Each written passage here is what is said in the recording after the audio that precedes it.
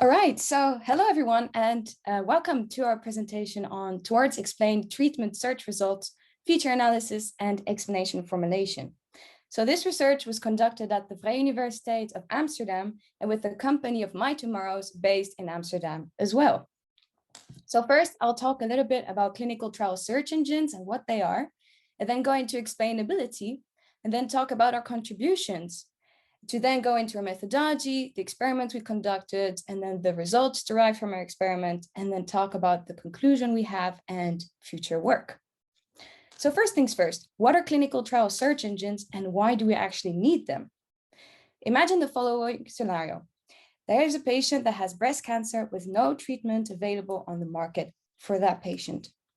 We still have a chance to save the patient's life by inviting the person to participate in a clinical trial where the clinical trial might be testing a drug specific to that patient. So what is My Tomorrows? My Tomorrows is a pharma tech company that does help patients to get access to treatments that are not available on the market yet. So the company has a search engine that contains most of the clinical trials and expanded access programs out there. So as you can see here, there's a screenshot where the healthcare professional could query the condition of its patient, where the search engine would return a list of clinical trials related to the condition. However, there are a few limitations to this clinical search engine.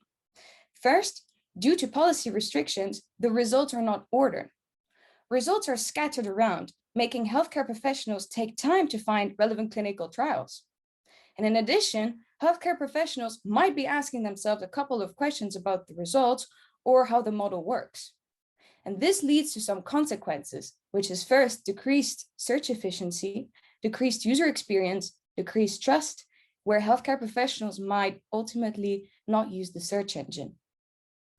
So what is explainability? In a few words, it attempts to solve the black box problem as explainability makes models more transparent.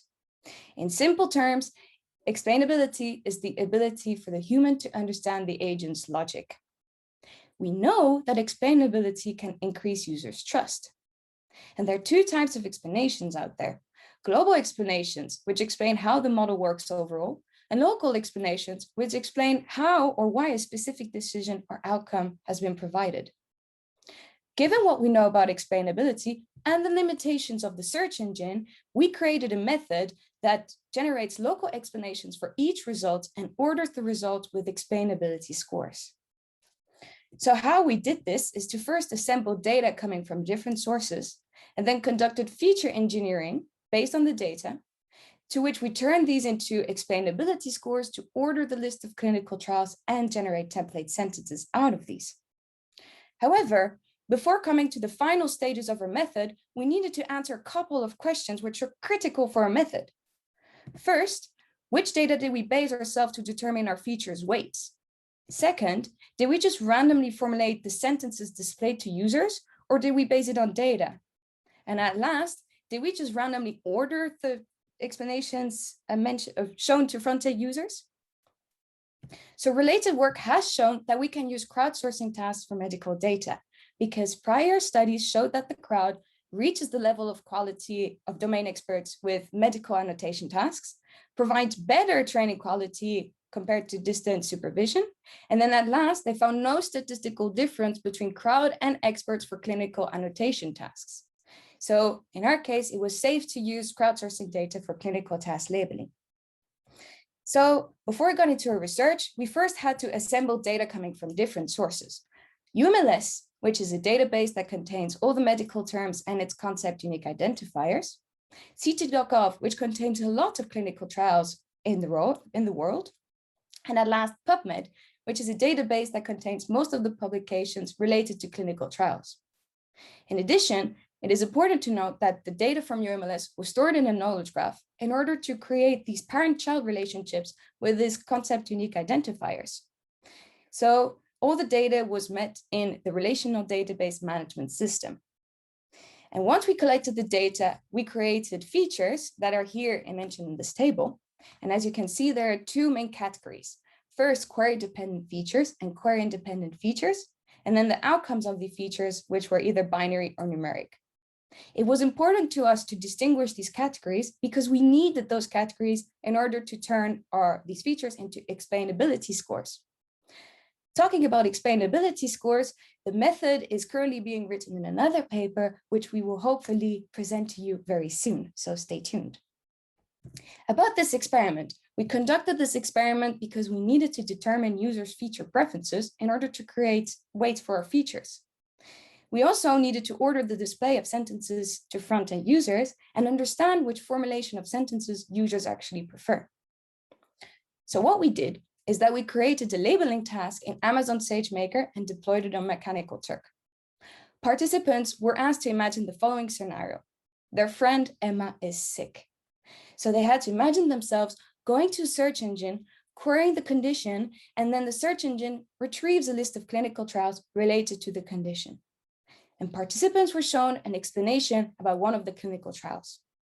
And their task was on a scale from 1, not convincing at all, to 5, very convincing. Does the explanation below convince you to read the clinical trial in further detail, as it might be relevant for Emma? So this is how the experiment looked like. On the left, you can see the instructions of the experiment, on top the task, and in the middle, the explanation sentence that our participants had to rate and then submit their answer. How these sentences were generated depended on different factors. First, as you previously saw, we have 10 different features that each had sentences with different conditions, whether it was HIV, Lyme disease, breast cancer, or chronic migraines. And then the sentence formulations had 3 different dimensions. First, it included numerical values or non-numerical values. It was specifying the disease term or not specifying the disease term. And then the sentences were fact-based or action-based. For example, the sentence, the condition Lyme disease, was mentioned 6 times in the detailed description, talks about the condition Lyme disease, and then we know that we are specifying the disease term and we have a numerical value within our sentence.